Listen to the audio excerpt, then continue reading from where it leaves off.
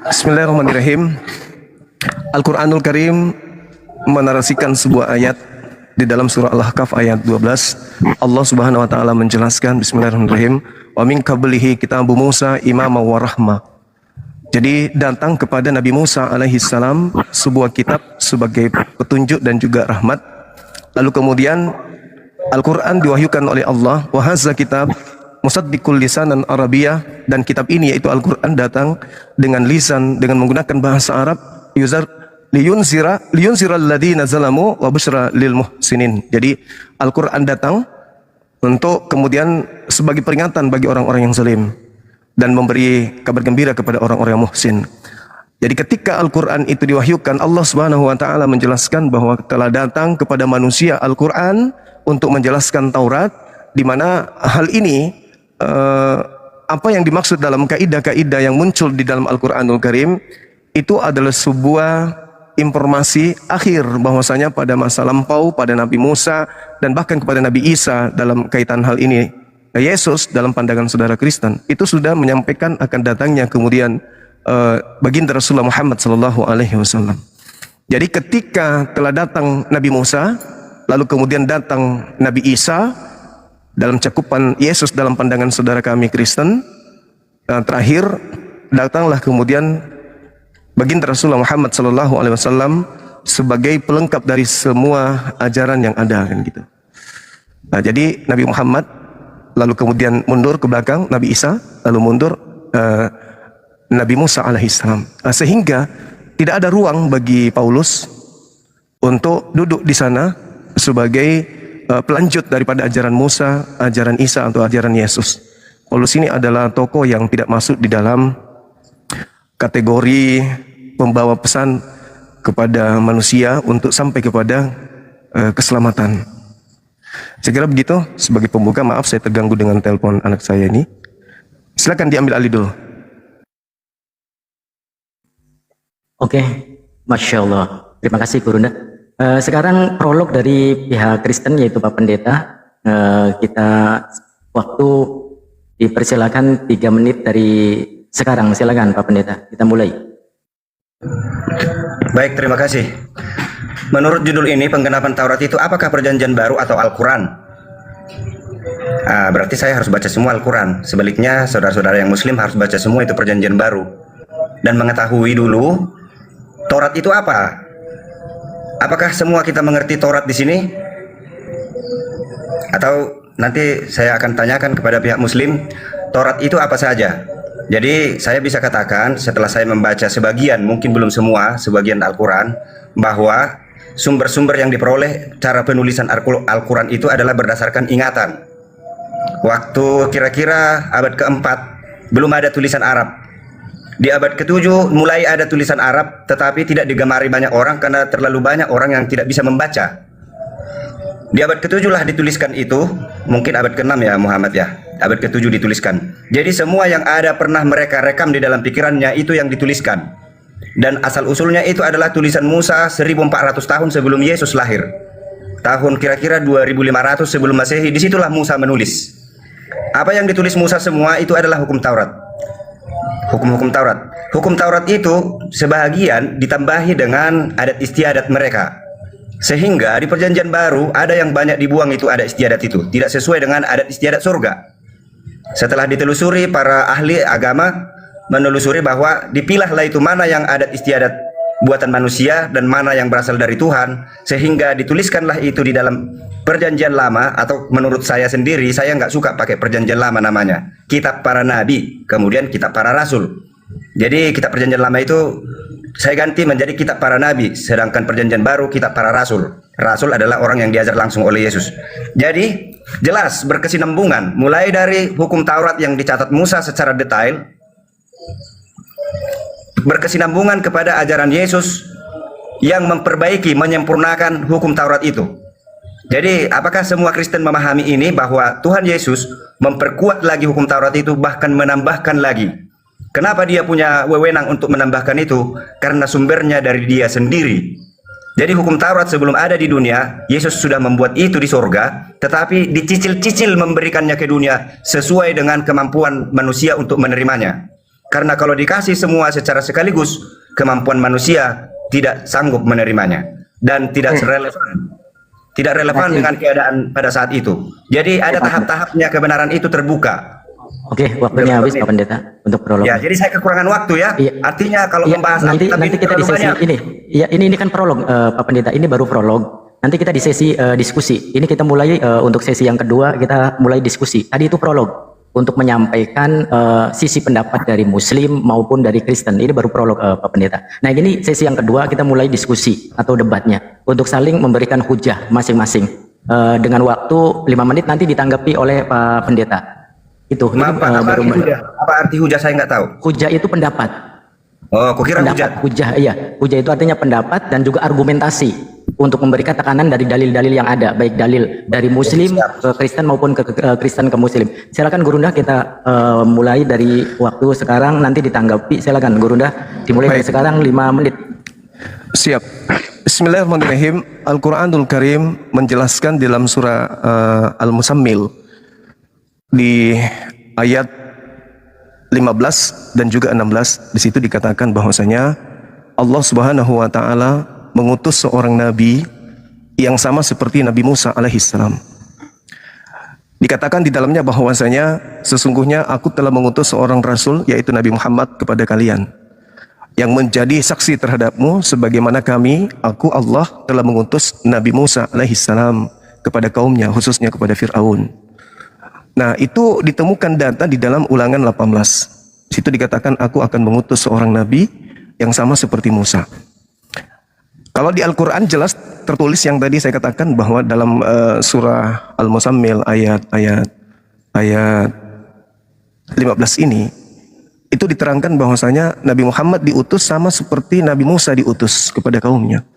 Dan nanti mohon penjelasan dari Pak Pendeta yang pasti pakar dalam bidang Bible. Ada nggak kemudian di dalam pengakuan perjanjian baru bahwa Nabi yang sama seperti Musa itu adalah Yesus? Itu yang pertama. Kemudian rangkaian kedua, saya membaca di dalam Yohanes 1 bagaimana Yohanes Pembaptis ini dianggap sebagai Elia. Lalu kemudian Yesus itu dianggap sebagai Kristus atau Mesias. Dan yang terakhir adalah Nabi yang akan datang. Nah, saya ingin mengulas dengan Pak Pendeta, siapa Nabi yang akan datang yang mencakupi semua ajaran para Nabi termasuk ajaran Musa alaihissalam. Ini penting untuk kita kaji lebih dalam. Kenapa? Biar kita tahu bahwa selama ini siapa di antara kita yang hidup di angan-angan, hidup di atas sebuah pondasi yang lemah, ibarat membangun sebuah bangunan di atas pasir. Lemah dan tidak ada harapan untuk dijadikan sebagai jalan menuju kepada keselamatan di akhirat. Nah, saya melihat di dalam kitab Pak Pendeta Yohanes 1, Yesus itu adalah Mesias, Yohanes Pembaptis itu adalah Elia, dan siapa Nabi yang akan datang? Ini penting untuk dikaji. Nabi yang akan datang yang mengajarkan segala hukum-hukum, yang mengajarkan segala keadilan dan penginsafan dunia akan dosa. Nabi ini harus kita cari. Paulus tidak mungkin, karena Bapak sendiri mengatakan, saya nggak mau, saya tidak terbiasa menyebut perjanjian lama. Saya biasa menyebutnya kitab nabi-nabi, dan perjanjian baru saya sebut dengan kitab rasul-rasul, kitab para rasul. Dengan demikian, Anda membatasi bahwa ternyata di perjanjian baru ini tidak mencakup masalah kenabian. Artinya tidak ada nabi setelah Yesus di dalam kaidah-kaidah kekristenan. Nah, sedangkan ada 3 yang ditunggu oleh orang Yahudi. Yang pertama adalah Elia, yang kedua adalah Mesias, dan yang ketiga adalah nabi yang akan datang. Nah, seorang pendeta pasti sudah belajar ini. Saya tidak mengharapkan seorang pendeta yang ganteng seperti ini pun tidak mengerti materi ini. Jadi dengan datangnya Nabi ini, beliaulah yang menyempurnakan segala pengajaran Nabi-Nabi termasuk Taurat. Saya simpulkan sekali lagi, Yohanes Pembaptis adalah Elia, kemudian Yesus adalah Mesias yang ditunggu, dan Nabi yang akan datang. Nabi yang akan datang ini yang kita harus upas tuntas siapa beliau. Dan saya minta pendeta dalam hal ini jujur mengakui. Kenapa? Karena kalau kita lihat di dalam Yohanes 1, Pak, pada keesokan harinya Yohanes melihat Yesus datang, lalu dia mengatakan, lihatlah, ini adalah anak domba Elohim. Tapi sebelum itu, Yohanes ini sendiri itu dikira bahwa dia itu adalah Elia. Nah, di ujung pengajaran Yesus, Yesus menjelaskan bahwa betul Yohanes Pembaptis ini adalah memang Elia. Dan Mesias itu adalah akulah dia. Lalu Nabi yang akan datang siapa? Yesus lagi? Oh, itu nggak mungkin.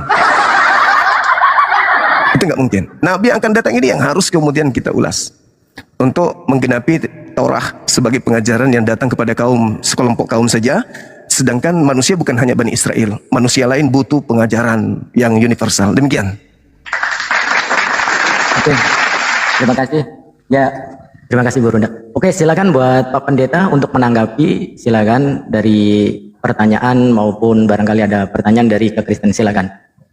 Kami sediakan waktunya selama 5 menit ya, Pak Pendeta. Saya riset dulu. Dimulai dari sekarang. Silakan Pak Pendeta untuk menanggapinya. Baik, terima kasih. Saya tidak membuang-buang waktu lagi. Taurat saja tidak lengkap di Al-Quran. Bagaimana mereka mau mengetahui kelanjutannya? Hukum Taurat yang mendetail itu ada di dalam Alkitab.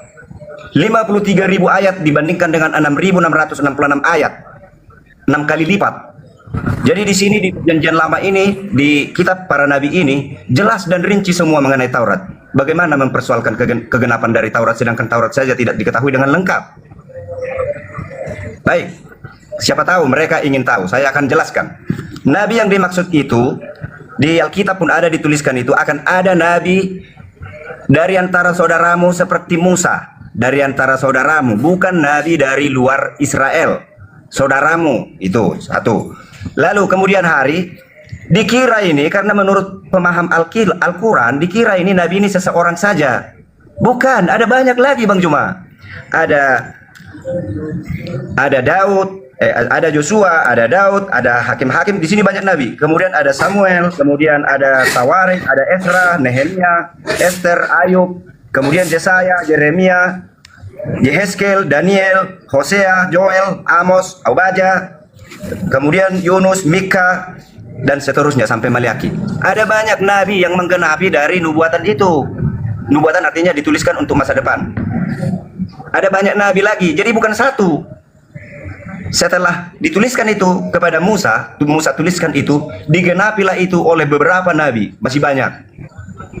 Nah, kemudian saya mau bertanya, apa yang dilakukan Musa mengenai memberikan korban bakaran, korban persembahan, domba disembelih, itu ajaran dari surga. Di Alkitab jelas dikatakan, buatlah seperti apa yang kamu lihat di surga. Buatlah bait kudus, terbagi dua, bilik yang maha suci dan bilik yang suci.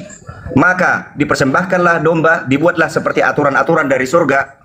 Persembahkanlah domba itu, sebab dengan cara demikian bisa mengampuni dosa. Tidak ada cara lain untuk mengampuni dosa kecuali persembahan domba. Ini dilakukan sejak zaman Adam jatuh ke dalam dosa. Dilakukan ini, persembahan-persembahan untuk pengampunan dosa ini, 4.000 tahun lamanya sampai Yesus lahir. 4.000 tahun lamanya mereka mempersembahkan korban. Jadi mohon maaf, tidak ada di orang-orang tertentu berhenti di situ korban, kecuali setelah Yesus disalibkan tahun 33. Tahun 33 disalibkan, berhentilah korban. Tidak ada lagi. Apa buktinya bahwa berhenti korban? Itu tirai yang di bilik maha suci yang ada di Yerusalem terbelah dua, robek dengan sendirinya. Yang merobek itu adalah malaikat surga, menandakan bahwa tidak perlu lagi kalian melakukan hukum-hukum Taurat, yaitu korban.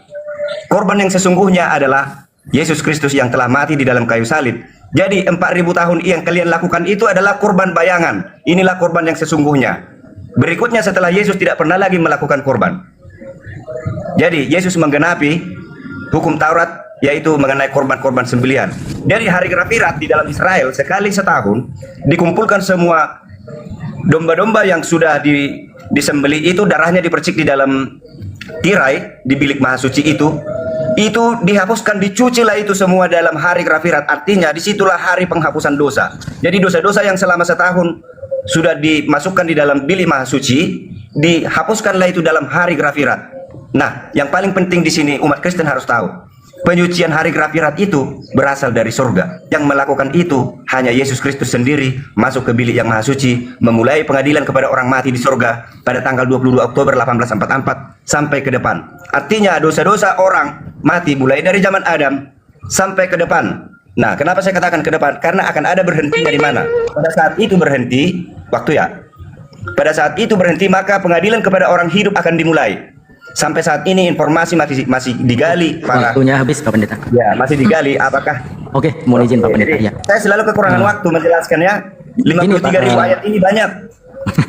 Ini diskusi soalnya Pak Pendeta. Kita bagaimanapun ini posisi diskusi ya, bukan ceramah maupun pidato. Di sini diskusi ataupun debat. Jadi saya harapkan dari pihak Kristen maupun pihak Muslim ketika menyatakan sesuatu itu dilandasi dengan dalil ya. Harus dilandasi dan diperkuat dengan argumentasinya itu dengan dalil. Nah, silakan Bang Juma, kita beri waktu lagi 5 menit. Jadi di sini bukan masalah kurang waktunya Pak Pendeta maupun juga pihak Muslim gitu ya. Harus dengan dalil argumentasinya ya.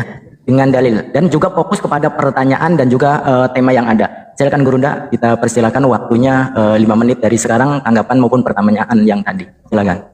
Iya. Tadi di awal saya mengatakan bahwasanya adakah di dalam Bible sebagai penggenapan Taurat di mana Yesus itu dikatakan diutus sebagaimana Musa alaihissalam, dan Pak Pendeta tidak menunjukkan data itu.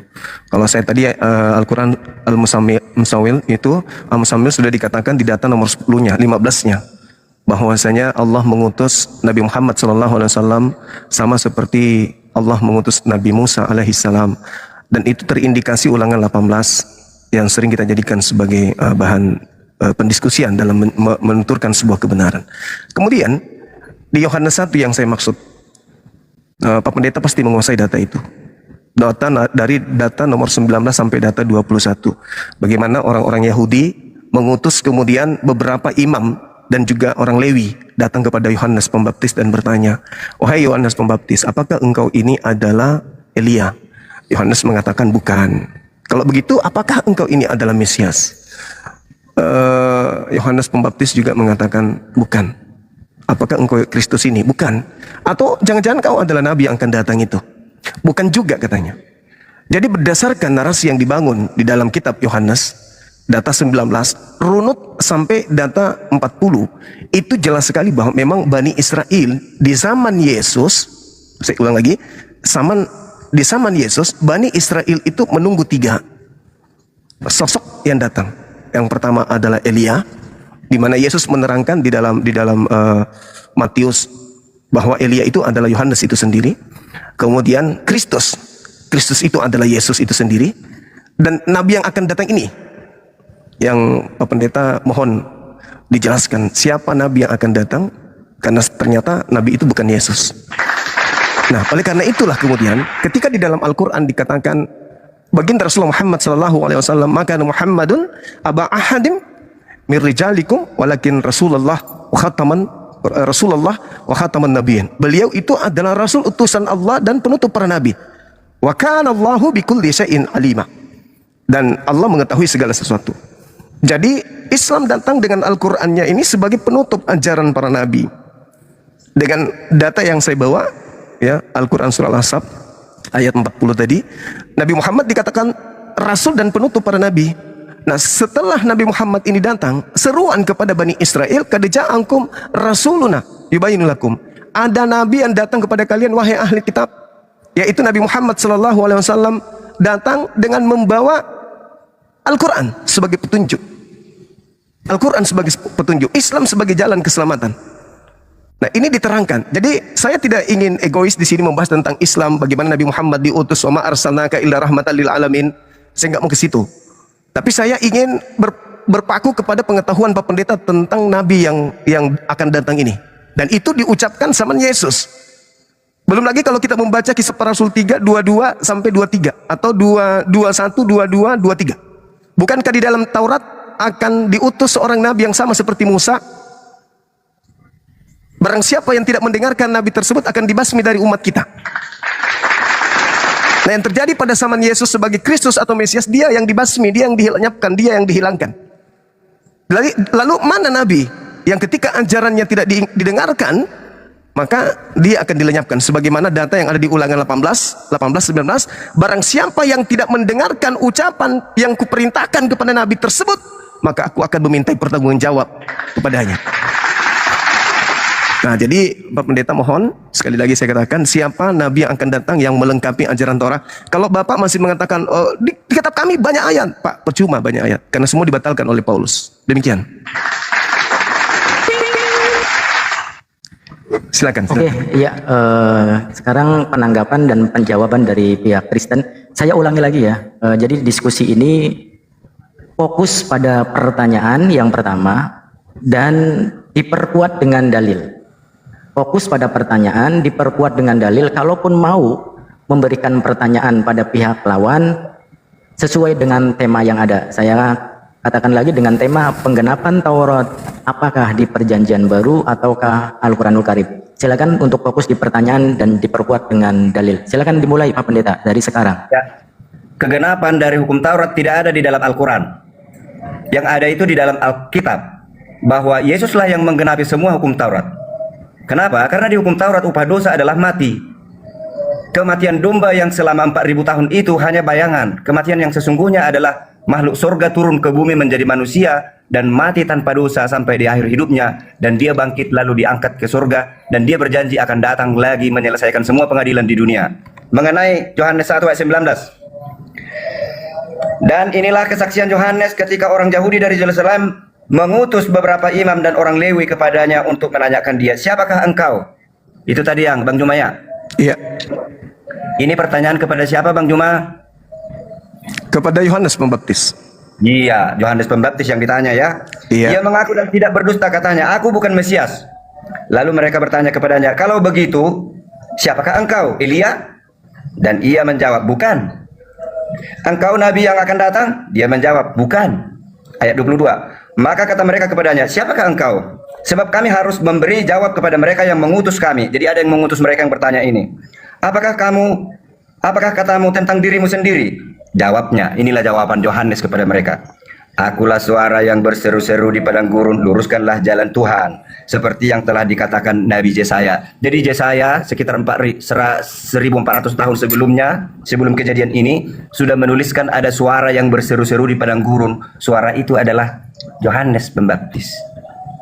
Jadi Yohanes Pembaptis menyebut dirinya ada suara yang berseru-seru, itulah dirinya. Yesaya sudah menuliskan tentang saya, itu maksudnya. 24. Dan di antara orang-orang yang diutus itu ada beberapa orang Farisi.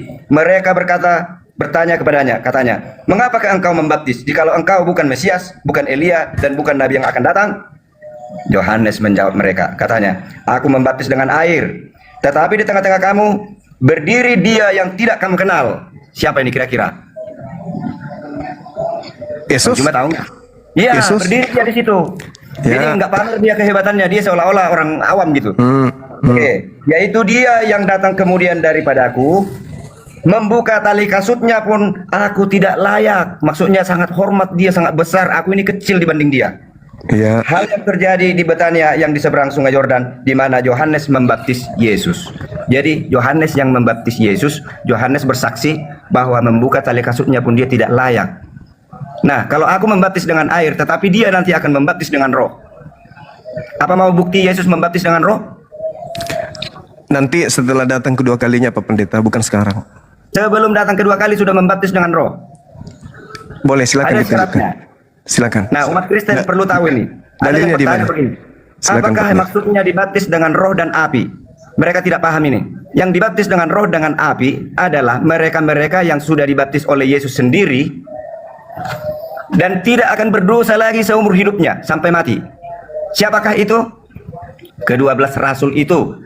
Mungkin ada yang bersama mereka. Kemudian tunggu dulu, ada yang bersama mereka. Waktu mereka ini ditinggalkan oleh Yesus di Bukit Zaitun, Yesus terangkat ke surga. Malaikat mengatakan, mengapa kamu masih terdiam tercengang di sini? Kau melihat Yesus itu terangkat seperti itu juga, dia nanti akan turun di tempat ini juga. Lalu mereka pergi ke satu rumah, mereka berkumpul 10 hari lamanya berdua. Di akhir dari 10 hari itu, baru mereka kecurahan Roh Kudus, lidah-lidah api di atas kepalanya, dan mereka bisa berbicara dalam bahasa mereka, tetapi semua dunia mengakui bahasa yang mereka lakukan itu bahasaku. Kalau ada orang Batak di situ, bahasa Batak ku dengar. Ada orang Inggris, bahasa Inggris ku dengar. Itu bahasa roh yang mereka miliki. Dan boleh kita telusuri sampai di akhir hidup mereka ini. Ada yang mati disalibkan juga terbalik, ada yang digoreng, dicincang, ada yang dibuat di Pulau Patmos, di satu pulau kecil dikurungin. Mereka ini tidak ada yang mati sampai akhir dosanya, sampai akhir hidupnya. Terima kasih. Oke, ya, makasih. Mohon izin Gurunda. Kita untuk masuk ke sesi yang ketiga, kita akan tiktokan aja ya, Gurunda ya. Dan ini saya moderator hanya membatasi ketika masing-masing keluar dari konteks dan tidak menjawab pertanyaan itu. Jadi silakan Gurunda dan juga Pak Pendeta untuk tiktokan supaya mendapatkan poin daripada pertanyaan masing-masing. Gitu. Silakan Gurunda. Izin dikasih 30 menit aja tiktokannya, nanti Iya, tanya tiktokan jawab lagi. 30 menit. Iya, silakan. Jelaskan dulu mengenai TikTokan. Mohon maaf saya kurang TikTokan paham. itu saling bersautan untuk menjawab, tidak ada timer waktu, setengah jam, jadi TikTokan saling menjawab, boleh langsung menanggapi. Mohon Silakan. maaf kalau di sini nanti saya terus terang mungkin saya akan mundur kalau bersoal jawab, karena saya lihat selama ini udah 3 kali saya ikuti debat seperti ini dicurangi oleh moderator. Waktu saya bicara dipotong. Nah, ini saling sambar ini. Bentar, ini ada moderator Kristen juga, Bu Karyana. Nanti Bu Karyana Ada yang ini. Iya, masing-masing ada Ngalir aja, moderator. ngalir aja biasa. Pak Pendeta. Biarpun dipotong kalau memang kita udah konsep kuasain nggak masalah. Iya, Silakan. jadi setengah jam ini TikTokan. Jadi kalau misalkan masih menjawab, silakan. Yang penting tidak keluar tema itu. Baik, kami juga kepada Gurunda memotong ketika Gurunda keluar dari tema. Silakan Gurunda. Ya baik, terima kasih. Yang pertama saya ucapkan kepada Pak Pendeta tadi mengatakan bahwasanya Yohanes Pembaptis itu adalah Elia. Lalu kemudian yang berseru-seru di padang gurun itu adalah beliau, dan yang berdiri di tengah-tengah mereka juga adalah Kristus atau Mesias yang adalah Yesusnya. Kita belum sampai kepada poin yang ketiga, yaitu Nabi yang akan datang. Nah ini Pak Pendeta mohon dijelaskan, karena Yesus sudah ada di situ, bukan Nabi yang akan datang Yesus, karena dia sudah ada Ya, di tengah-tengah berdiri. Ya. Siap. Jadi Nabi yang akan datang ini menurut Bapak berdasarkan dalil, mohon dijelaskan, silakan. Ya. Jadi ada banyak nabi yang tertulis di Alkitab, namanya sudah populer sekarang ini, tapi di masanya mereka ditolak dan tidak dikenal dunia. Bahkan Israel sendiri tidak mengenal dia nabi. Jadi Nabi kalau yang ada akan nabi datang, Pak. mengaku-ngaku, mohon maaf, kalau saya bicara jangan disambari dulu. Kalau ada nabi mengaku-ngaku bahwa dirinya nabi, itu nabi palsu. Nabi yang Tapi akan dari datang, Pak. percakapannya, berita yang disampaikan adalah informasi dari surga untuk keselamatan dunia. Dari percakapannya, orang-orang Nabi yang akan datang, artinya, bukan Nabi yang sudah datang, Sabar yang dulu. akan datang. sabar dulu. Anda ini pondasi saja belum memahami, makanya bertanya mengenai Alkitab harus kuat pondasi supaya tahu ke depannya seperti apa. Sudah jelas itu, Pak. Jadi- Nabi yang akan datang. Bagaimana kita mengetahui Nabi yang akan datang kalau tidak kenal Nabi sebelumnya? Definisi Nabi aja kita berbeda. Nggak tahu Nabi yang akan datang seperti apa. Nabi yang lalu pun nggak ngerti. Kujelasin dulu Nabi- Nabi yang sudah berlalu. Nabi yang akan datang, Pak. Jangan Nabi yang berlalu. Itu cara Anda untuk menyembunyikan identitas Nabi yang akan datang. Kamu bertanya perkalian, penjumlahan aja belum bisa itu kira-kira. Jangan terlalu lebay, saudaraku. Jelaskan aja Nabi yang akan datang. Silakan. Nabi yang akan datang itu masih banyak Nabi di atas Yesus ya. Hah? Bingung Berarti kan? setelah Yesus masih ada Nabi? Masih Balik. banyak. Ada Ya. dalil, silakan kasih dalilnya. Ya. Jadi Tolong kasih dalil. dikatakan di Alkitab bahwa mereka yang diurapi, 2 orang yang diurapi itu akan menjelaskan semuanya, termasuk juga roh Elia. Makanya roh Elia yang Anda Roh tanyakan Elia itu sudah berlalu. Yang akan datang, Pak Pendeta. itu menurutmu, aku yang paham Alkitabku. Di masa ke Elia- depan, Elia sebelum itu siapa? kedatangan Yesus yang kedua kali akan Pak ada Pendeta. roh Elia. Pak Sebelum Pendeta. kedatangan Yesus yang kedua kali, mohon Pak maaf saya Pendeta, mundur. Anda nih. Kalau baca. ditabrak ngomong saya mundur.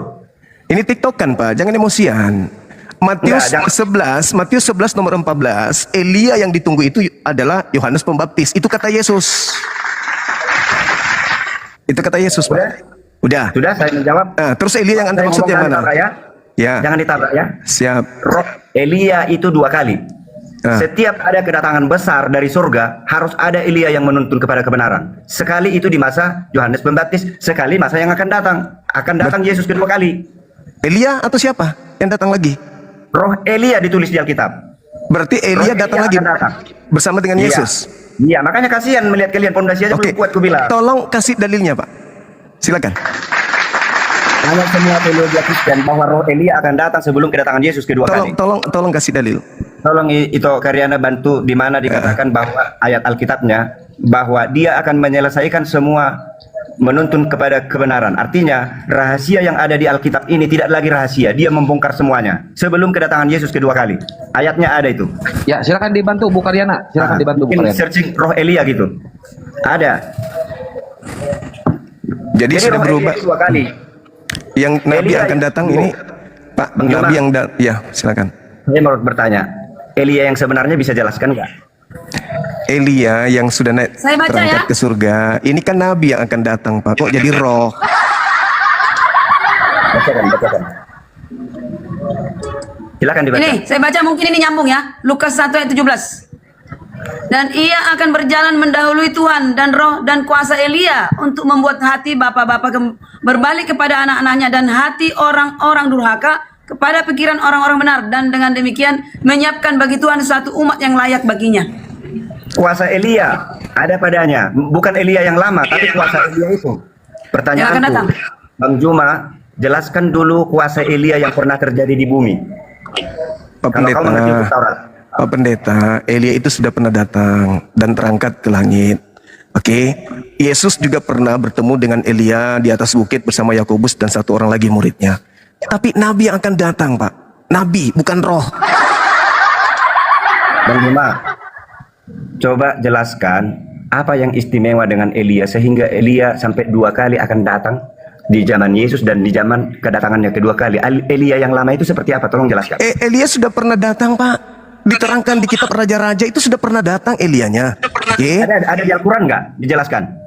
Pak, ini Ada nabi nggak yang yang dijelaskan mengenai nabi Elia? yang akan datang, nabi yang akan datang. Jangan lari ke roh, jangan datang ke Elia. Masa Bapak mengatakan bahwa 2 kali datang Elia, baru Yesus juga 2 kali? Berarti bukan cuma Yesus yang datang kedua kali dong kalau begitu. Kita jangan Bang Juma jadi tidak akan paham, nanti ku jelasin pun tidak akan paham kalau ya, tidak silakan, tahu sejarahnya. silakan saudaraku, silakan Anda jelaskan seorang nabi. Kalau nabi itu manusia, Pak, bukan roh saja. Seorang nabi, dan itu akan datang bukan zaman Yesus, karena Yesus itu adalah Mesias Kristus, dan Elia di situ adalah Yohanes Pembaptis. Ini tokoh yang satu ini, nabi yang akan datang itu yang mana? Jangan bingung loh. Jadi kasihan saya melihat. Kenapa? Saya pun kasihan melihat Bapak. Sejarahnya Elia yang asli pun tidak paham. Tidak Apa perlu. yang istimewa dengan Elia? Tidak Kenapa perlu, harus Pak. pakai Elia mau Yohanes 1 data 19:21 bahkan sampai kepada Yohanes membaptis. Yesus pun kita sudah uraikan, Bapak yang menguraikan tadi kan. Nah, yang ditanya di sini nabi yang akan datang itu siapa? Saya balik tanya. Saya tidak akan jelaskan perkalian kalau belum paham penjumlahan. Jangan terlalu lebay. Jangan menutupi Ya. kelemahan dengan bahasa-bahasa Hal tinggi. yang mendasar aja belum bisa. Saya cuma minta nabi yang akan datang diterangkan berdasarkan dalil itu. Mana komitmen Anda untuk menjelaskan itu? Mana?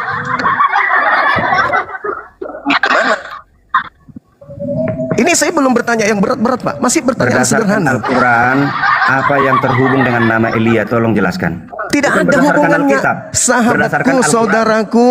Tidak ada hubungannya. Kalau di Al-Quran Muhammad dikatakan Rasul wa khataman nabiyyin, penutup para nabi, titik. Gak perlu lagi kita membelokkan kasus ini. Oh, kenapa Elia? Nanti lari lagi nanti menjelaskan yang lain. No. Kita mencari nabi yang akan datang. Bersyukur Bapak saya jadikan referensi kitabnya untuk menelaah ini. Kalau langsung ke Al-Quran kan nanti tidak enak jadinya.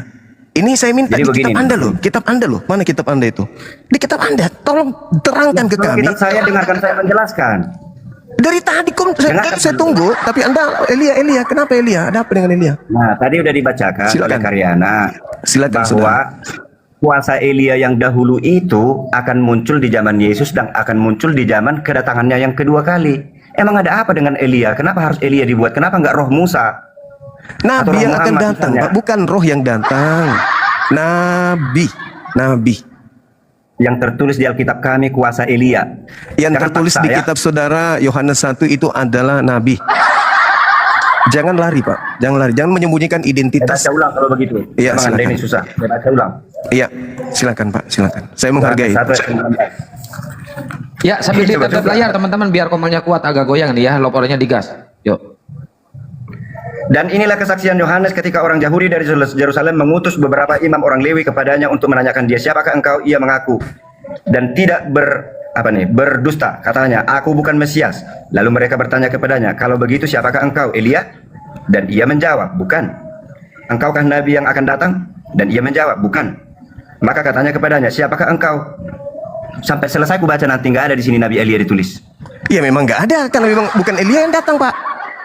Karena yang dimaksud Elia oleh Yesus sendiri di dalam Matius 11:14 itu Elia sama dengan Yohanes Pembaptis. Nah, yang sekarang yang kita cari ini adalah nabi yang akan datang. Bapak Coba membaca. tunjukkan dulu ayatnya itu yang Elia sama dengan Yohanes Pembaptis. Yesus yang mengatakan itu Matius 11 nomor 14. Mana ayatnya? Mana ayatnya? Silakan Bantu saya. silakan Anda baca. Ayatnya mana? Silakan. Matius 11 nomor ayat 14. 4. 14 Indah.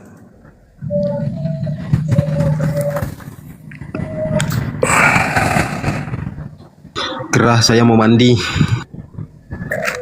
Bahkan Yesus mengatakan sendiri dengan lisannya bahwa Elia yang dimaksud itu adalah Yohanes Pembaptis di Matius 17 nomor 10 sampai nomor 12. Matius 14 ya? 11 nomor 14. Itu perkataan 11 Yesus. nomor 14. Saya baca. Nomor 14. Dan jika kamu mau menerimanya, ialah Elia yang akan datang itu. Iya, siapa di situ? Gantian Belum saya tahu. bertanya. Yohanes Pembaptis. Enggak, dengar dulu. Silakan. Silakan. Di sini kan belum ada dikatakan begitu. Jangan nambah-nambahi dulu. Makanya, Pak. Silakan. Anda baca dari data sebelum dan sesudahnya. Dan Silakan. jika kamu menerimanya, ialah Elia yang akan datang itu. Berarti ada Elia zaman dahulu kan? Ya. Ada lagi Elia yang akan datang. Ya, siapa itu? Menurut Yesus. Elia yang zaman dulu harus kenal dulu. Ada nggak di Al-Quranmu? Ya Allah ya Karim. Pak, enggak usah pakai sandiwara. Ini saya bantu. Matius 17 nomor Tidak ada, 10, nomor 11, nomor 12, Elia itu sama dengan Yohanes Pembaptis. Jadi ini udah lari Ye- dari Yesus yang mengatakan Iya. moderator.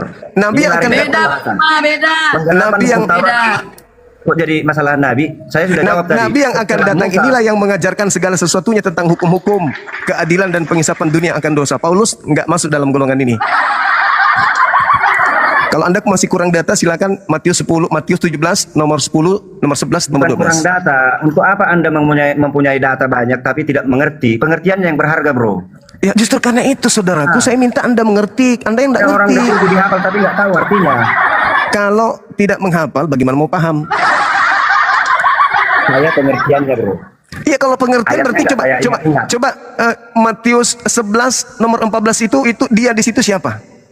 Saya baca. Coba Dan silakan. jika kamu menerimanya, mau menerimanya, ialah Elia yang akan datang itu. Ada di situ Nabi dibuat? Nabinya Kau tambah-tambahin? Nabinya bukan itu maksudnya. Bapak kan mengatakan Dulu, apa bahwasanya yang tertulis aja dulu turutin. Apa yang tertulis? Apa perlu kubaca yang lain? kan ada 3 Pak Pendeta. Yang pertama adalah Elia, yang kedua adalah Mesias Kristus, yang ketiga Nabi yang akan datang. Ini lari Elia, dari pokok bahasan loh. Penggenapan hukum Taurat. penggenapannya ini ketahuan siapa Nabi yang Tadi akan sudah datang. dijawab. Itulah yang menggenapi, itulah yang menjelaskan Torah. Apakah di hukum Taurat yang digenapi Muhammad? Supaya saya jelaskan apa yang digenapi Yesus. Tunggu dulu, jangan ke situ dulu, abangku, jangan ke situ dulu, jangan timpang dalam kita menjelaskan materi ini. Arah pembicaraan kemana? Yang penting jangan lari dari judul. Pertanyaan Anda sudah lari dari judul. Enggak, masalahnya Taurat itu kan sudah dijelaskan tuh di dalam Al-Quran, surah Al-Ahqaf Ya, ya. ayat 12 kan Ini gitu. menghabiskan energi seperti ini bicara kalau moderator tidak jujur. Kenapa? Moderator tadi lari dari pokok bahasan out. Moderatornya Bu Karyana, Ito Karyana moderatornya, Pak Pendeta. Tadi moderator bukan suara Karyana aku dengar. Karyana sama Gus Miftah berdua. Gus Miftah itu Iya, bagian lain. ini mohon izin. Tolong. Ya mohon izin saya motong. Nah, kalau Ini lari Pak dari Pendeta penggelapan Gurunda. Taurat itu, Mohon izin. apakah perjanjian baru atau Al-Quran? Mohon izin. Ya mohon izin Pak Pendeta. Yang menggenapi itu Nabi yang akan datang Pak Pendeta.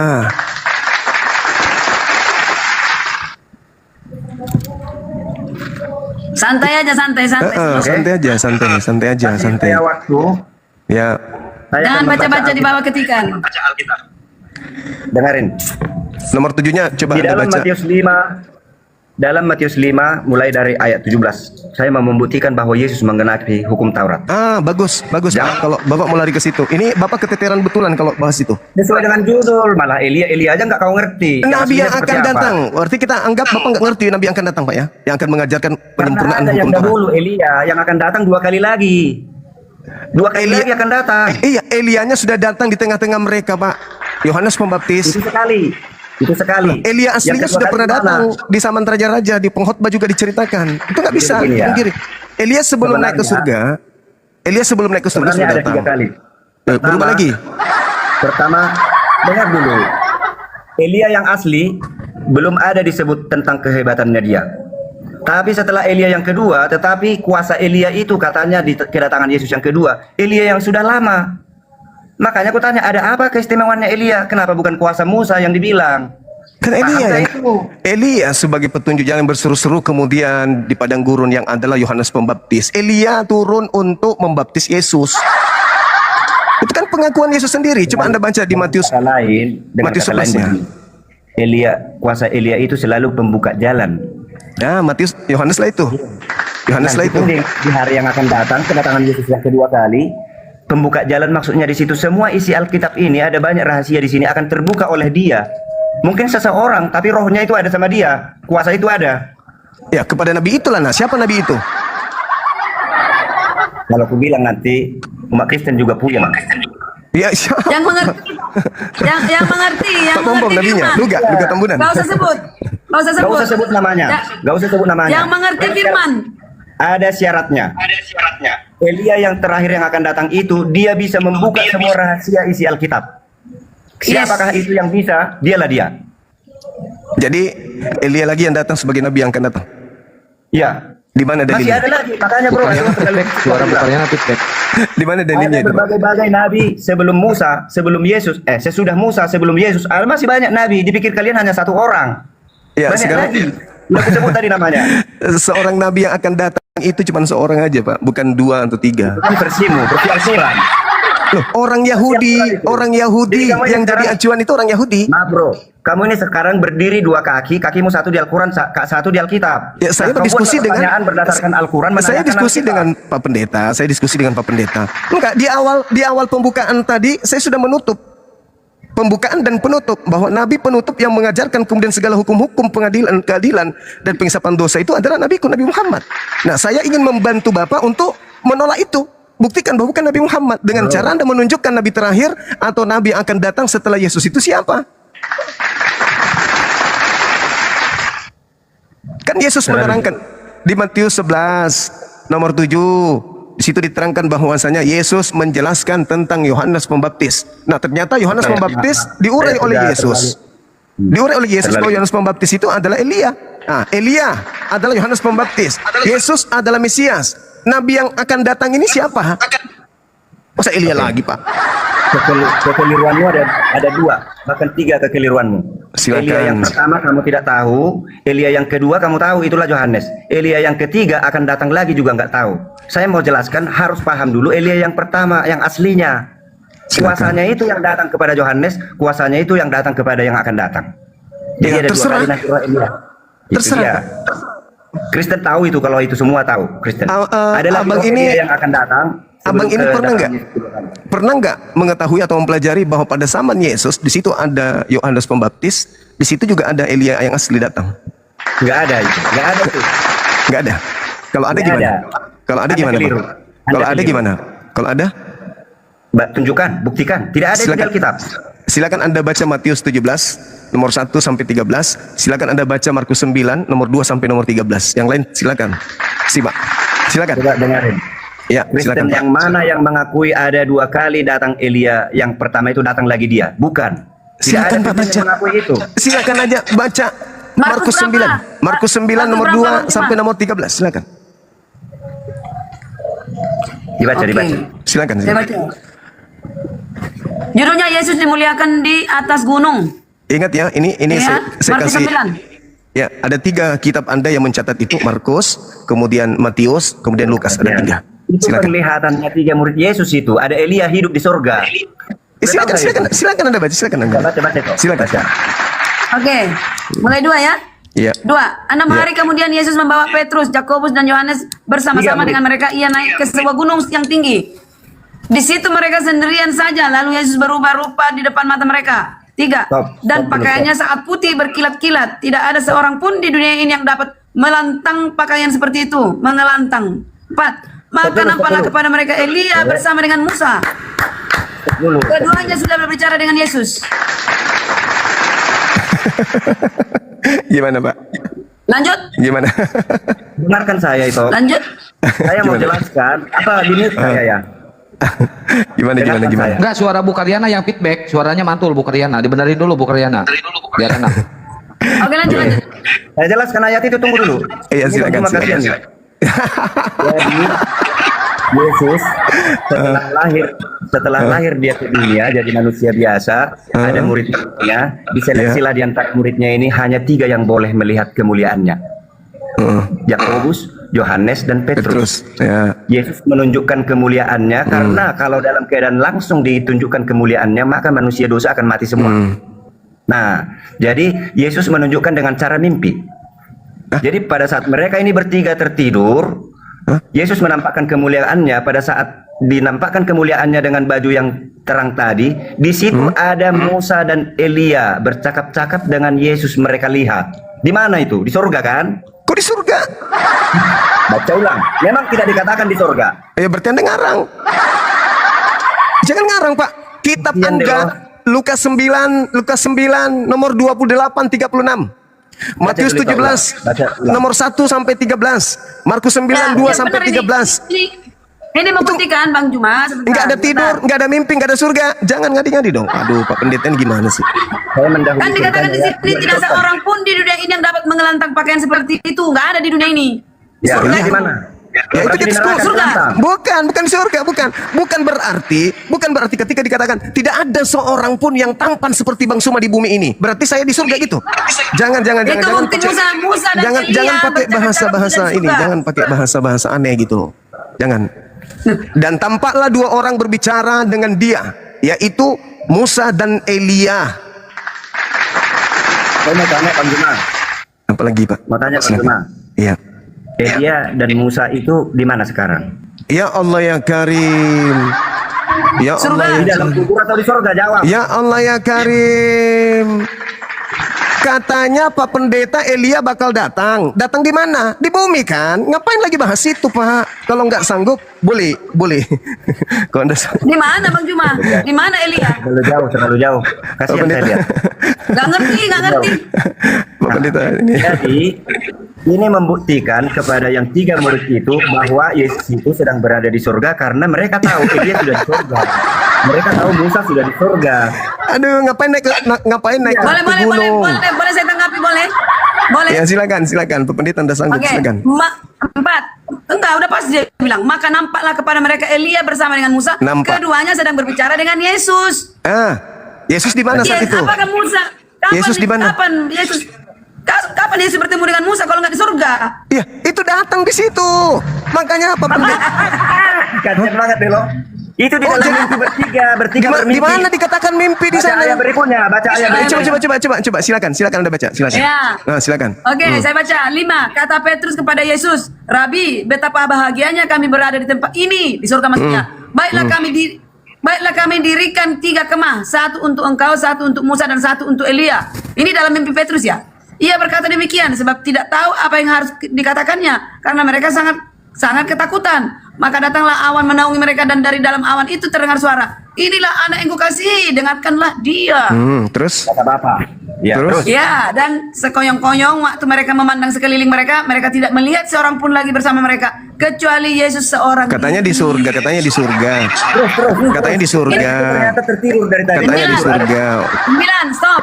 Katanya di Pada waktu surga. mereka turun dari gunung itu, Yesus berpesan kepada mereka supaya mereka jangan menceritakan kepada seorang pun yang telah melihat itu. Ya, sebelum anak manusia bangkit dari antara orang mati. Ya, mereka memegang pesan tadi sambil mempersoalkan di antara mereka yang apa dimaksud dengan bangkit dari antara orang mati. Mereka nggak mengerti. Lalu mereka bertanya kepada, mengapa ahli-ahli Taurat berkata bahwa Elia harus datang dahulu?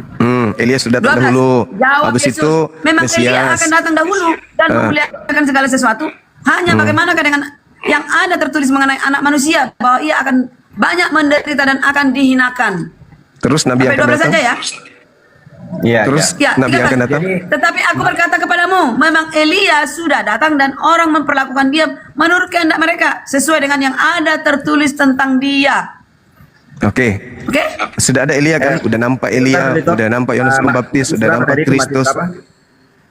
Markus 9. Ayat 2 sampai ayat 13. 13. Markus 9. Iya, Ya. Markus 9, 2 sampai 13. Sampai 13. Ya, Jadi nggak pernah bertemu. Jadi Musa Nabi- tidak pernah bertemu Nabi- Yesus kalau nggak di surga. Jadi Nabi yang akan datang gimana? Dibahas gak nih? Bisa ini Nabi yang kok akan datang tambahin. nih? Ini kayaknya Karyana, ini kan suatu Yesus di bukit. Turunlah Musa dan Elia mendatangi Yesus. Betul Bu Darmi. Boleh ngomong kita loh. Jangan gitu lah. Mana di surga ini Karyana Pak Pendeta? Jangan kau toko-toko Karyana, jangan toko-toko Pak Pendeta Ringo-Ringo. Ini di bumi nih, waktu di bukit itu didatangi Musa lah, didatangi Elia lah, Yesus dalam cahaya. Nah, ya kan? jempol buat Terbangun saudara. dan murid-muridnya ditengok lagi, Kapan? kok percaya? Siapa itu? Sebentar ya, Ah, boleh diam ya, begitu loh sebentar ya. sayang. Betul. Maaf. Bentar. Saya baca dulu ya, ini Alkitab, saya nggak tafsirkan. Di dalam Lukas 9 ayat 28. Kira-kira 8 hari sesudah segala pengajaran itu, Yesus membawa Petrus 1, Yohanes 2, Yakobus lalu naik ke atas gunung untuk berdoa. Ayat 29. Ketika ia sedang berdoa, rupa wajahnya berubah dan pakaiannya menjadi putih berkilau-kilau. Di waktu berdoa ya. Waktu Yesus berdoa, mereka ini bertiga ngapain? Iya berdoa. Kalau Waktu murid-muridnya Yesus lagi tidur mereka, terbangun. Aduh. Kira-kira nih, ketika ia sedang berdoa, ia siapa? Yesus kan? Rupa wajahnya Besar. berubah dan pakaiannya menjadi putih berkilau-kilau. Dilihat oleh bertiga. Tiga-tiganya. Ya. Ya. Miliknya itu.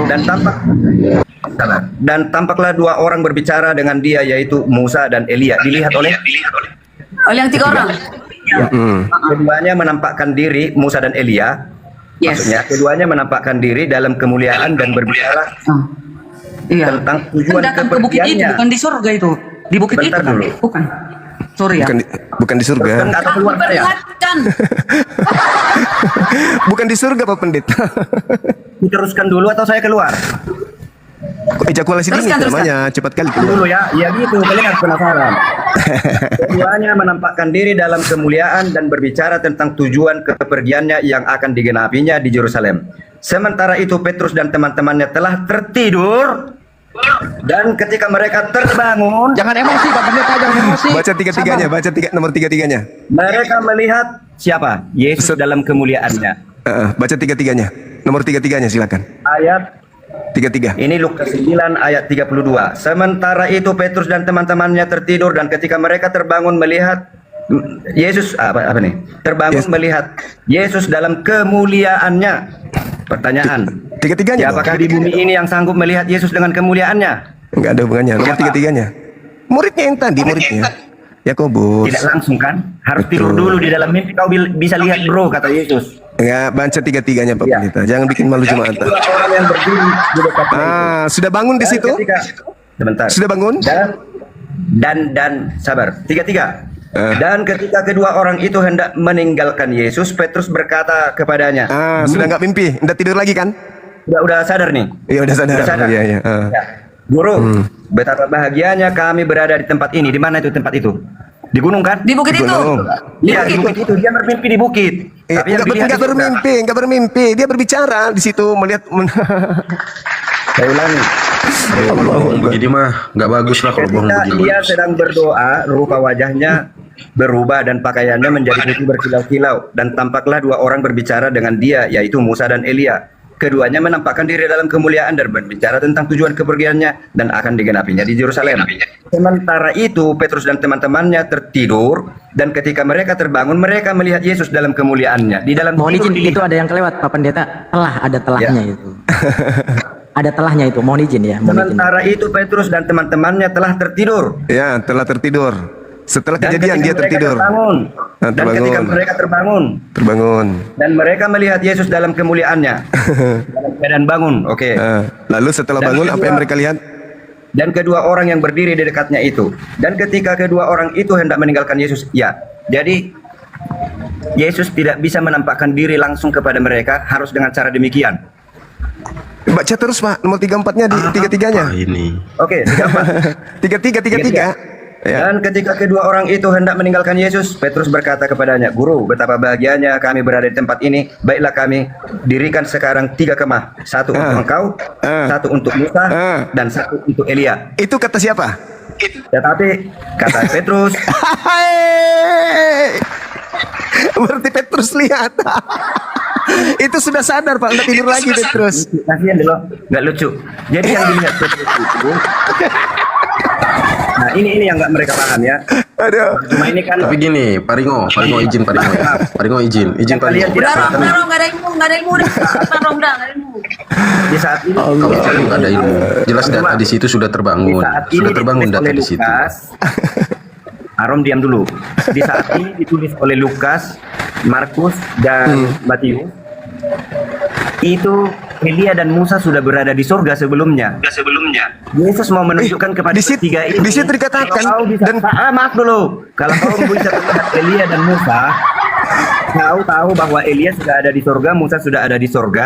Inilah aku di surga. Jadi tidak sanggup kau melihat kemuliaanku ini kalau langsung, karena kalau yang mulia bertemu dengan yang dosa pasti binasa. Gimana? Gimana ceritanya nih kok dibola balik orang di mana Kapan terus Elia melihat dan juga kok Musa dengan Yesus bertemu kalau tidak di surga, saudara? ketika kedua orang itu hendak meninggalkan Yesus, ketika kedua orang itu hendak meninggalkan Yesus, Petrus berkata kepadanya. Berarti Petrus melihat Elia dan Musa juga. Karena Petrus takjub dengan penglihatan itu. Mohon izin Gerunda. Ini saya bacakan ya, untuk menegaskan saya bacakan nih. Pak Pendeta Bukaryana, coba simak baik-baik nih ya. Dari 32 ya, dari nomor 32 ya. Lukas 9 nomor 32, mohon izin. Kak Darni, Nanti kejadiannya di dulu, bukit, Bukaryana. diperlihatkan di surga. Bukaryana, saya bacakan dulu secara runtut ya supaya untuk mempertegas saja. Dari Lukas 9 nomor 32. Sementara itu, Petrus dan teman-temannya telah tertidur, dan ketika mereka terbangun, mereka melihat Yesus dalam kemuliaannya, dan kedua orang yang berdiri di dekatnya itu, nomor 33, dan ketika kedua orang itu hendak meninggalkan Yesus, Petrus berkata kepadanya, "Guru, betapa bahagianya kami berada di tempat ini. Baiklah, kami dirikan sekarang 3 kemah. 1 untuk engkau, 1 untuk Musa, dan 1 untuk Elia." Tetapi Stop dulu, stop. Petrus, Stop nanti dulu, dulu kita. saya selesaikan Stop, dulu, stop. Bukaryana. Dulu. Bukaryana, saya Stop dulu. membaca. Apa arti kemah itu? Nanti Apa arti kemah dulu. itu? Boleh ditanggapi kalau saya sudah selesai, boleh ditanggapi. Tetapi Itu satu pertanda. nanti dulu Bukaryana, nanti dulu. Nanti boleh Peringatan. ditanggapi. Nanti dulu Bukaryana, saya cuma membacakan. Tetapi Petrus tidak tahu apa yang dikatakannya itu.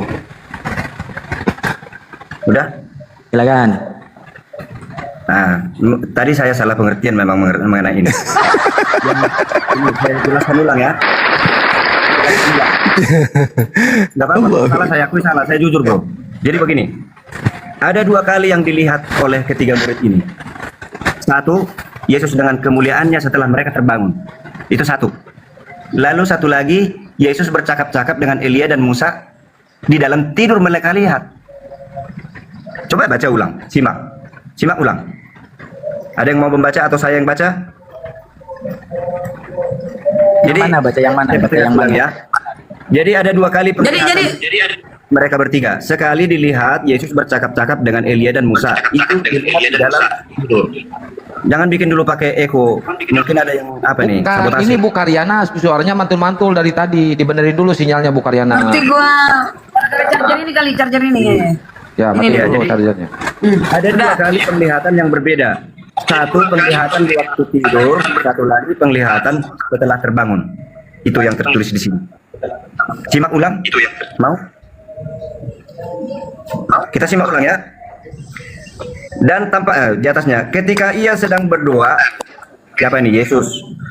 Rupa wajahnya berubah dan pakaiannya menjadi putih berkilau-kilauan. 30. Dan tampaklah 2 orang berbicara dengan dia, yaitu Musa dan Elia. Kita tidak tahu yang 3 itu dalam keadaan seperti apa. Nggak tahu. Barulah di ayat kemudian kita tahu setelah mereka terbangun. Keduanya menampakkan diri dalam kemuliaan dan berbicara tentang tujuan kepergian Yesus. Tujuan kepergian Yesus yang akan digenapinya di Yerusalem. Dia akan mati kan nanti. 32. Sementara itu Petrus dan teman-temannya telah tertidur. Maksudnya cerita yang tadi itu, yang 3 orang ini dalam keadaan tidur, lalu dijelaskan lagi setelah bangun apa yang mereka lihat. Dan ketika mereka terbangun, mereka melihat Yesus dengan kemuliaannya. Jadi masih ada sisa-sisa dari mimpinya itu, nyata Yesus dengan kemuliaannya dilihat setelah mereka terbangun. Jelas ya? Oke, selesai mengenai itu. Saya baca bahwa Yesus menggenapi hukum Taurat. Di dalam Matius 5 ayat 17. Yang menggenapi hukum Taurat tidak boleh orang lain kecuali hanya Yesus, dialah korban yang sebenarnya. Setelah dia tidak ada lagi korban selanjutnya. Begini perkataan Yesus. Di dalam Matius 5 ayat 17, janganlah kamu menyangka bahwa aku datang untuk meniadakan hukum Taurat atau kitab para nabi. Aku datang bukan untuk meniadakannya, melainkan aku untuk menggenapinya. Siapa yang menggenapinya? Muhammad?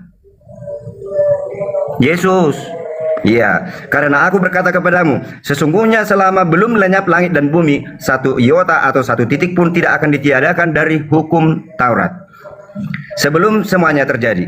Karena itu siapa yang meniadakan salah satu perintah hukum Taurat sekalipun yang paling kecil dan mengajarkannya demikian kepada orang lain, ia akan menduduki tempat yang paling rendah di dalam kerajaan surga. Jadi dari perkataan Yesus ini terbukti dialah pemilik hukum Taurat itu, suka-suka dia hukum itu. Nah, sekarang coba tunjukkan di mana kekuasaannya Muhammad tentang hukum Taurat. Ini sudah jelas kekuasaan Yesus mengenai hukum Taurat, dia yang menggenapinya. Saya tantang nih Bang Juma, jelaskan kekuasaan Muhammad tentang hukum Taurat berdasarkan Al-Quran. Oke, Pak. Jadi gini, ketika Anda membaca Matius 17 itu, jangan kau menyangka aku datang meniadakan, aku datang menggenapi. Menggenapi itu melengkapi, bukan menghilangkan, bukan membatalkan, bukan menghapuskan, bukan menggantikan dengan yang lain. Nah, di situ dikatakan, barang siapa yang meniadakan setitik dari Taurat meskipun yang paling terkecil lalu mengajarkan kepada orang lain, maka dia akan menempati tempat terhina dalam kerajaan langit. Pertanyaannya, apakah Paulus meniadakan hukum Taurat meskipun yang paling terkecil? Meniadakan. Anda salah mengerti itu. Nanti mengenai itu. Tapi begini. Salah mengerti pula. Ya. Barang siapa yang meniadakan setitik pun dari Taurat meskipun yang paling terkecil, dia akan menempati tempat terendah. Jadi Anda yang lebih tahu Alkitab. Saya kan baca, Anda pakarnya. saya tidak doktrin, saya baca, saya tidak membutuhkan perpuluhan, saya doktrin, saya tidak ada belum kamu tendensi jawab. apapun, gitu loh Pak. Nah sekarang Matius nomor 20-nya, sabar dulu gantian kita, nomor 20-nya, ketika dikatakan, jika hidup, oleh karena itu aku berkata kepadamu, jika hidup keberagamaanmu tidak lebih benar, tidak lebih baik, tidak lebih sempurna, dari hidup keberagamaan ahli Taurat dan orang Farisi, kau tidak akan bisa masuk ke dalam surga. Al-Quran menggenapi itu. Inna dina indallahil Islam. Nah, ada nggak ajaran agama Kristen disebutkan setelahnya sebagai penggenapan agama yang lebih baik dari agama ahli Taurat? Ada Pak? Advent atau Advent mungkin? Ada disebut Advent? Nggak ada Pak. Ya silakan. Sementara itu dulu, silakan. Jadi supaya jangan menurut Anda pengertian saya sendiri, tanya orang-orang Kristen yang ada di sini, apa maksudnya Yesus menggenapi hukum Taurat? Ada Ibu Dian di sini. Pasti Atau penyaliban. Tidak nyambung. Bukan, jangan lama-lama sok pinter dulu. Kamu Jadi nggak ngerti apa? Kita. Jadi Mereka yang jawab. ya silakan. Penggenapan itu menurut Ini saudara apa? Pengetahuan umum ini bukan Iya. pengetahuan umum aja Yesus- Anda nggak bisa. Yesus Oke, berkata, coba. satu titik satu iota, jangan kau rubah hukum. Iya. Yesuslah menggenapinya. Ya. Iya, Jelas. penggenapannya kan ada terurai dari data nomor 21 sampai 48 kan itu. Enggak jadi Advent orang ketika mendalami apa yang Yesus maksud itu, enggak jadi Kristen orang. Nggak jadi Islam juga. Nggak Jadi Islam Muslim juga. dong. Jadi Muslim. Dia sama sekali nggak ada Coba- pengertian tentang Alkitab. Tunggu kebenaran. Pak. Tunggu saudaraku. Coba 21-nya apa yang dikatakan?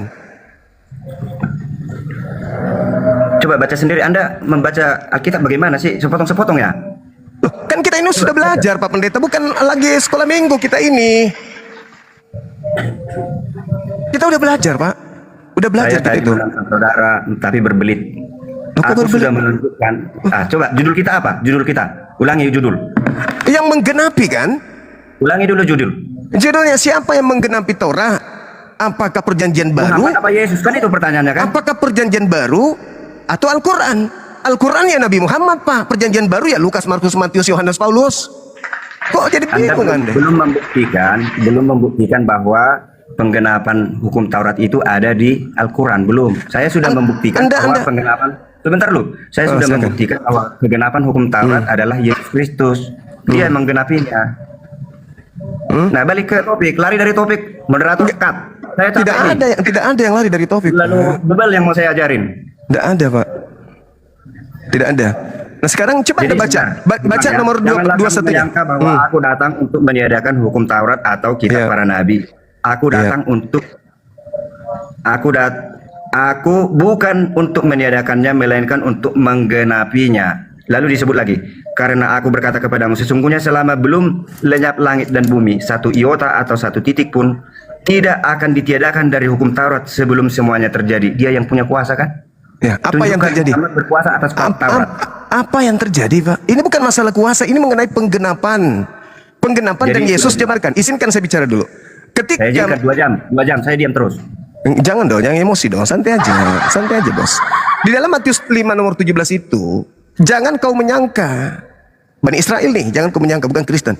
Jangan kau menyangka aku datang untuk meniadakan, aku datang untuk menggenapi. Penggenapan itu bukan mati di atas salib. Penggenapan itu adalah mengajarkan ajaran yang jauh lebih berat. Apa itu? Jangan kau membunuh. Kau mendengarkan firman Tuhan. Sejak sebelum aku datang, larangan jangan membunuh. Tetapi aku berkata kepadamu, setiap orang yang marah, setiap orang yang marah kepada saudaranya dihukum. Siapa yang berkata kafir? Bukan marah, membenci dibilang, membenci. Perbaiki ya. Loh, di situ marah, Pak. Jangan ganti-ganti, Waduh. baca Alkitabmu. Membenci. Coba Beda Anda baca. marah dengan membenci. Beda Coba itu. Anda baca. Jangan saya, jangan baca. Ya, host moderator baca. Nah, Tadi yang di mana? Gurunda, Matius 5 nomor Matius 21. 5 nomor 21. Oke, saya bacakan ya. Oke. Mohon izin. Oke. Ya, ini pendeta bikin Bible sendiri dah. Saya lagi mau Matius. diajarkan. Aduh. Matius 5 nomor 21. Kamu telah mendengar yang difirmankan kepada nenek moyang kita. Jangan membunuh. Siapa yang membunuh harus dihukum. Hukum. Dua-dua. Dua-dua. Tetapi aku berkata kepadamu, setiap orang yang marah terhadap saudaranya harus Marah, jangan garuk dihukum. kepala dulu. Jangan garuk kepala dulu. Coba, Siapa yang berkata kepada saudaranya Riana, tolong kafir bantu cari dulu harus membenci dihadapkan saudaranya. ke mahkamah agama, dan siapa yang berkata jahil Jangan ajarin saya. harus diserahkan Nggak bagus ke itu. dalam neraka yang menyala-nyala. Marah. Oke. Marah dibuat di situ. Ya, tolong Riana, tunjukkan bantu. di dalam perjanjian baru, Pak, larangan marah. Silakan. Tolong dibantu baca Alkitab. Penggenapannya di dalam kitab saudara, jangan marah itu di mana? Bantu baca Alkitab. Membenci saudaranya, membunuh. Itu kata kuncinya. Membenci saudaranya gitu.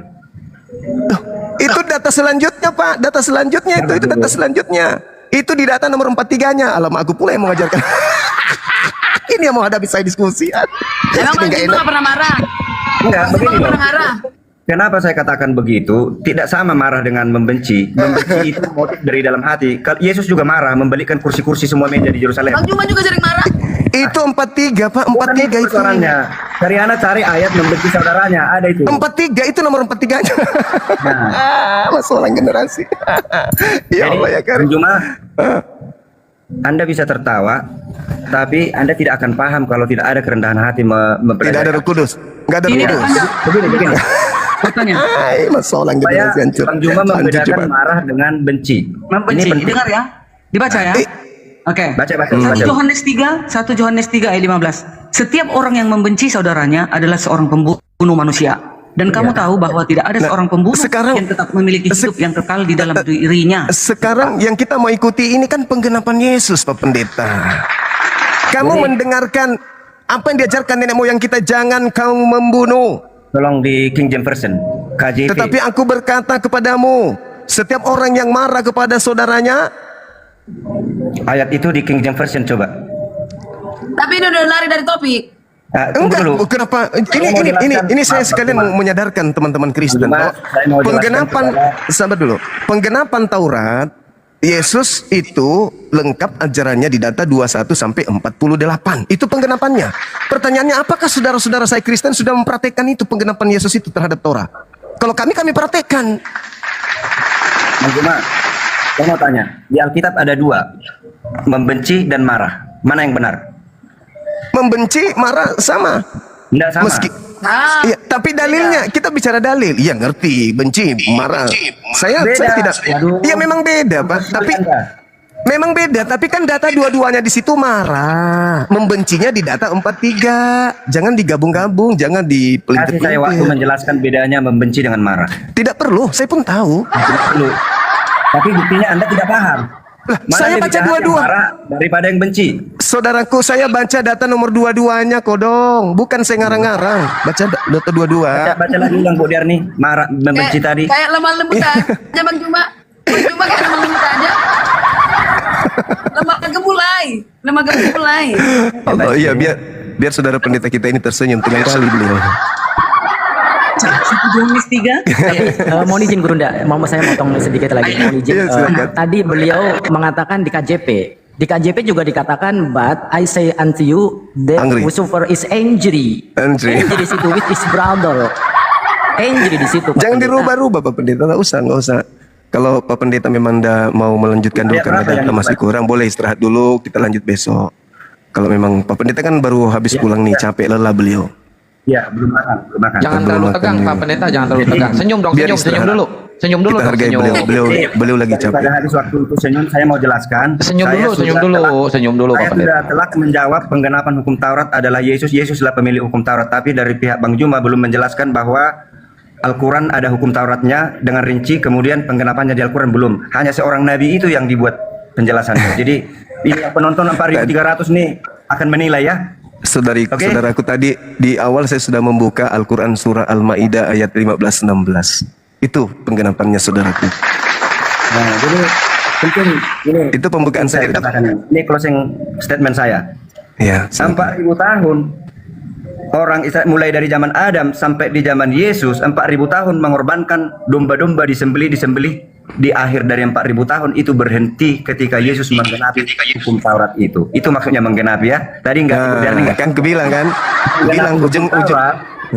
di Silakan, kitab ini nih, di kitab Ibrani dijelaskan bahwa korban yang agung adalah Yesus mati di kayu salib, sebab korban yang sebelumnya yang 4.000 tahun adalah korban bayangan.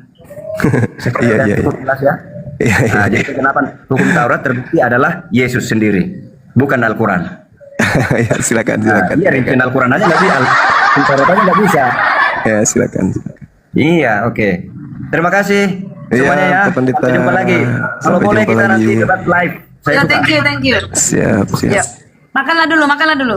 Makan dulu, istirahat dulu. Mohon maaf Pak Pendeta kalau ada kata-kata yang kurang berkenan.